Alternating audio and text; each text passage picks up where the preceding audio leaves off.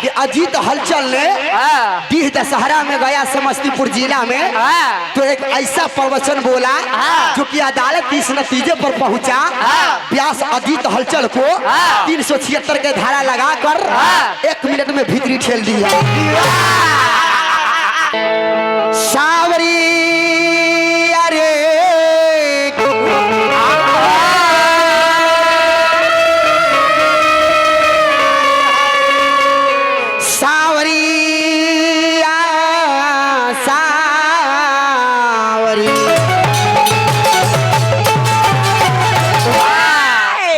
एगो बंदरा है तो एगो बंदरी है। बंदरा है जो पीछे पीछे चढ़ता है तो बंदरी आगे आगे भाग रहा है।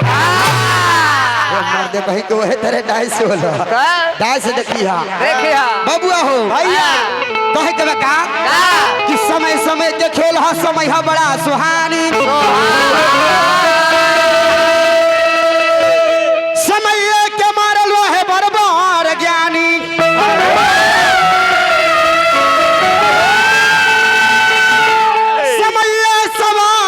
समय उजार दी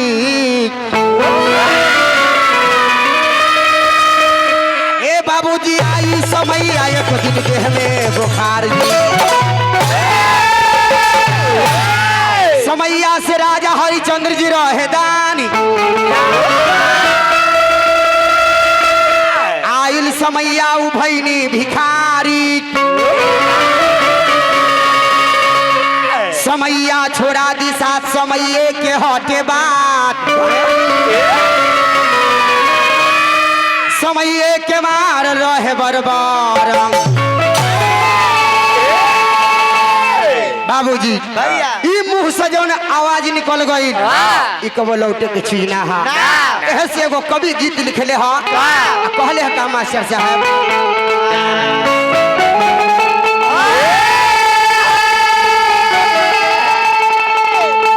बबुआ हो भैया अरे कि होई नाही बाप रे बोला लगा,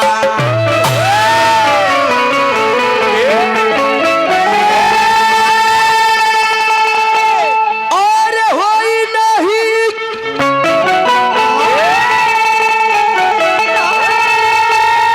और कब बापो सरे बोलो लगा,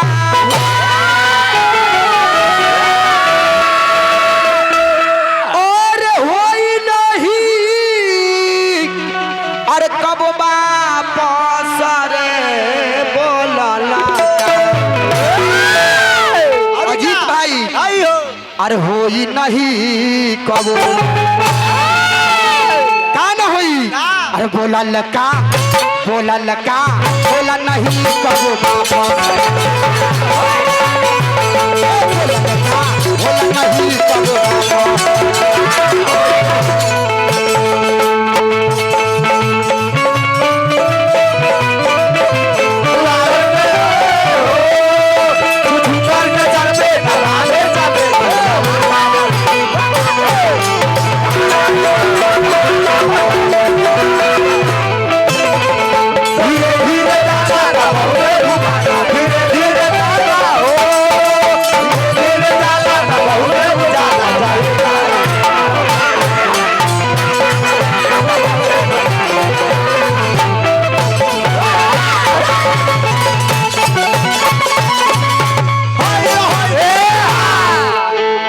सुरेंद्र भैया कहाँ बानी हमने के धीरज जी, धीरज भैया चल गई निका, सुरेंद्र भैया धीरज भैया तनी आज वो बगल में बबुआ हो ई बोलल का होला नहीं कबो वापस, एहे बोलिए का से का करावेला बबुआ भैया मेन लगता है और साह जाओ जो लेवल उठाओ का होला बबुआ तनी मार तनी हिरने मारी है मार बबुआ रे तनी हटे दे। हेलो बड़ी मेहनत कर पिलाई पिलाई ई बोली का करा देवेला बबुआ देखिए बबुआ सुदर्शन और कि ये ही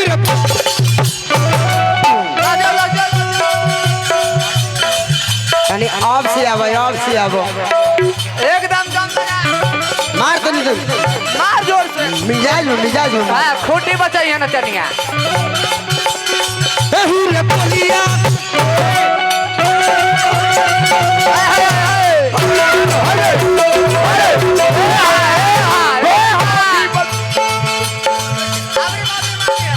ना सहाय ना ये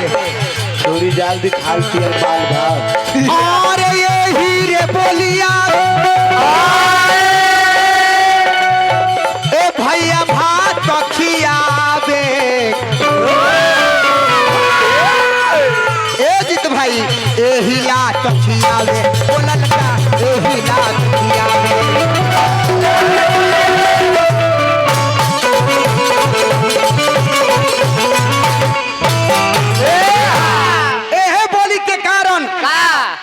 प्रतिशोध लिहले बाबा साहब भीमराव अम्बेडकर जी अपना कुल खानदान के फिक्र ना करते हुए बाबूजी अपना पिताजी के 14 गो पुत्र में लास्ट पुत्र जो रहे बाबा साहब भीमराव अम्बेडकर देश खातिर देश के बेटा बेटी खातिर अपना बेटा यशवंत के भी प्राण गंवा चाबूस ये सभ्यता का बात तो नहीं है। खाली दामाद लेके ससुर हाँ खाली इनका इतना याद है कि सास लेके भाग गया दामाद के यार भाई महाबुर्बक मजाक नहीं करिए। देखो तू कहीं आए हम लोग धीरज बाबू उप मुखिया 101 रुपया पुरस्कार आशीर्वाद के चाह रही और सुरेंद्र भाई कहा बड़ा भाई तनी चल बबुआ हो भैया आ रहे हीरे बोलिया अरे ला तखियाबे एही ला तखियाबे बबुआ एही ला तखियाबे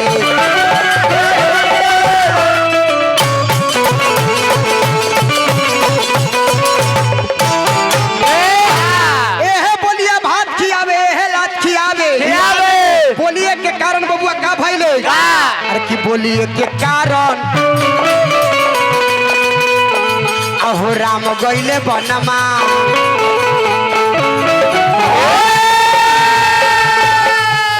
और बोलिए के कारण अहो राम जी गइले बनमा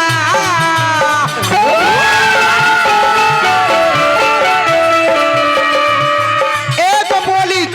माता के कई अपना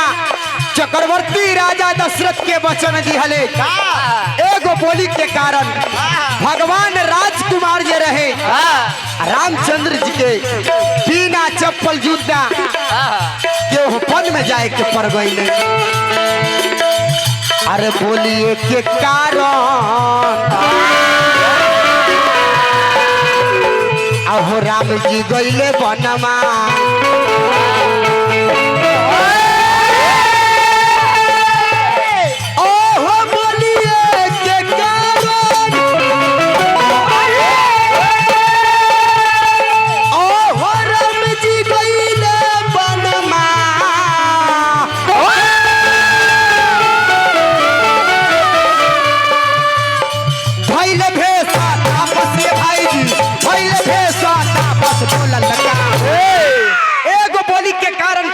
भेष में ओह राजकुमार जंगल के राह धली हले। हाँ बबुआ रे अरे बोला लका बोला नहीं कब बोला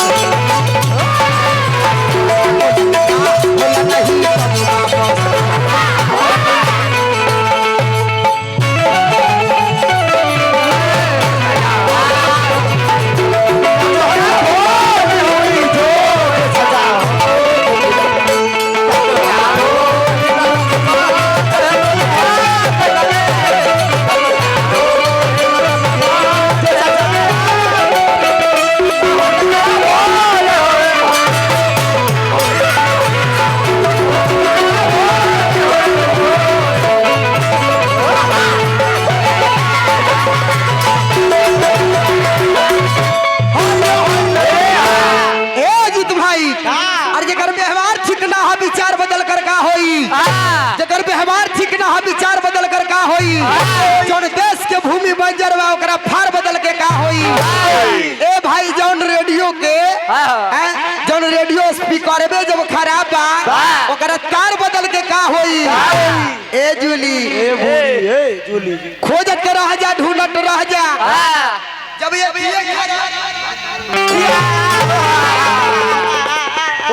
ये रामा माँ कहे के का बा कि बोलिए के कारण अरे भइले महाभारत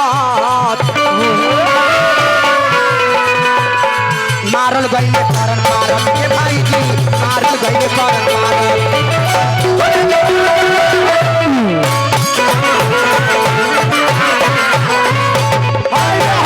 बोलिए के कारण भइले महाभारत ओह महाभारत के हीरो कर्ण जे धनुधर वीर रहे अपने भाई के हाथ से मरा गई तो इनका ऐसा भाई रही जे है न मराई उनका ऐसा भाई रही से मराई तो सासे लेके भाग गली दामाद के प्रणाम जी भैया ए भाई चैनल वाला ई कौन कौन चैनल बा भाई चैनल के नाम बताबो वीडियो वायरल नहीं करी है हाँ वीडियो वायरल कर दीजिएगा इनको इनको लिखिएगा पहला में कि अजीत हलचल ने डीह दशहरा में गया समस्तीपुर जिला में तो एक ऐसा प्रवचन बोला जो कि अदालत इस नतीजे पर पहुंचा व्यास अजीत हलचल को 376 के धारा लगाकर 1 मिनट में भीतरी ठेल दिया